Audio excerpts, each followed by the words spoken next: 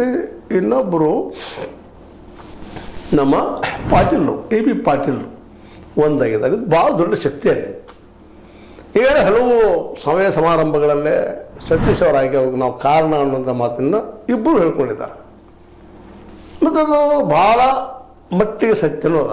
ಆದರೆ ಇವತ್ತು ಆವತ್ತಿನ ಸತೀಶ್ ಅವರು ಇಲ್ಲ ಅನ್ನೋದನ್ನು ಸಹಿತ ನಾವು ಇಲ್ಲಿ ಗಮನಿಸಬೇಕಾಗಿದೆ. ಅವತ್ತು ಆರಂಭ ಹಂತದ ರಾಜಕೀಯ, ಇವತ್ತು ಅವ್ರು ಪ್ರಬುದ್ಧರಾಗಿದ್ದಾರೆ. ತಮ್ಮ ಶಕ್ತಿ ತಮಗೆ ಅರಿವಿಗೆ ಬಂದದ್ದು ಅವರಿಗೆ, ಸತೀಶ್ ಅವ್ರಿಗೆ.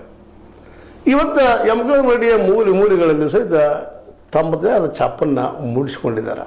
ಮತ್ತು ಅವ್ರಿಗೆ ಗೊತ್ತದ ಎದುರಾಳಿಗಳು ಸಾಮಾನ್ಯರಿಲ್ಲ.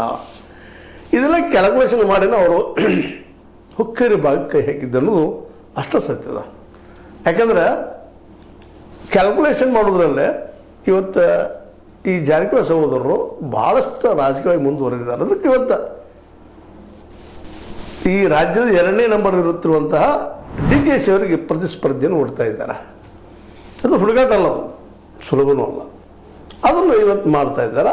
ಅದೊಂದು ಕಾನ್ಫಿಡೆನ್ಸ್ ಅವರಲ್ಲದ, ನಾವು ಇಲ್ಲಿ ಗೆಲ್ಲಬಲ್ಲಿವಿ ಅಂತೇಳಿ. ಯಮಕನಮರಡಿ ಸುಲಭದ ತುತ್ತು ಅಂತಲೂ ಅವ್ರಿಗೆ ಎನಿಸಿದಾಗ ಮಾತ್ರ ಇಂಥ ಸಾಹಸ ಮಾಡಿದ್ದಾರೆ ಅವರು. ಆದರೆ ಇದಷ್ಟು ಸುಲಭವಾಗಿ ಸಲ ಗೆಲ್ಬೋದಾ ಅನ್ನೋದು ಈಗ ಎದ್ದಿರುವಂಥ ದೊಡ್ಡ ಪ್ರಶ್ನೆ. ಯಾಕಂತಂದ್ರೆ ಬುದ್ಧಿವಂತ, ಅದೇ ಕಾಲಕ್ಕೆ ವಿಶೇಷವಾಗಿ ಜನರೊಂದಿಗೆ ಬೆರೆಯುವ, ಅಷ್ಟೇ ಅದ್ಭುತವಾಗಿ ಮಾತಾಡುವ ವ್ಯಕ್ತಿತ್ವನ ರಮೇಶ್ ಕತ್ತಿ ಅವರು ಹೊಂದಿದ್ದಾರೆ ಅನ್ನೋದ್ರಲ್ಲಿ ಎರಡು ಮಾತಿಲ್ಲ. ಅವ್ರು ಮಾತಾಡೋ ಶೈಲಿ, ಜನ ಜೊತೆ ಬೆರೆಯುವ ಶೈಲಿ, ಅದೇ ಕಾಲಕ್ಕೆ ಅವ್ರು ಬೇಕಾದಂಥ ಮಾತುಗಳನ್ನು ರುಚಿಯಾಗಿ ಹೇಳುವಂಥದ್ದು, ಜೊತೆಗೆ ಸಾಧ್ಯದಷ್ಟು ಕೆಲಸ ಇತ್ತೀಚೆಗೆ ಜೋರು ಮಾಡಲಿಕ್ಕೆ ಶುರು ಮಾಡಿಬಿಟ್ಟಿದ್ದಾರೆ.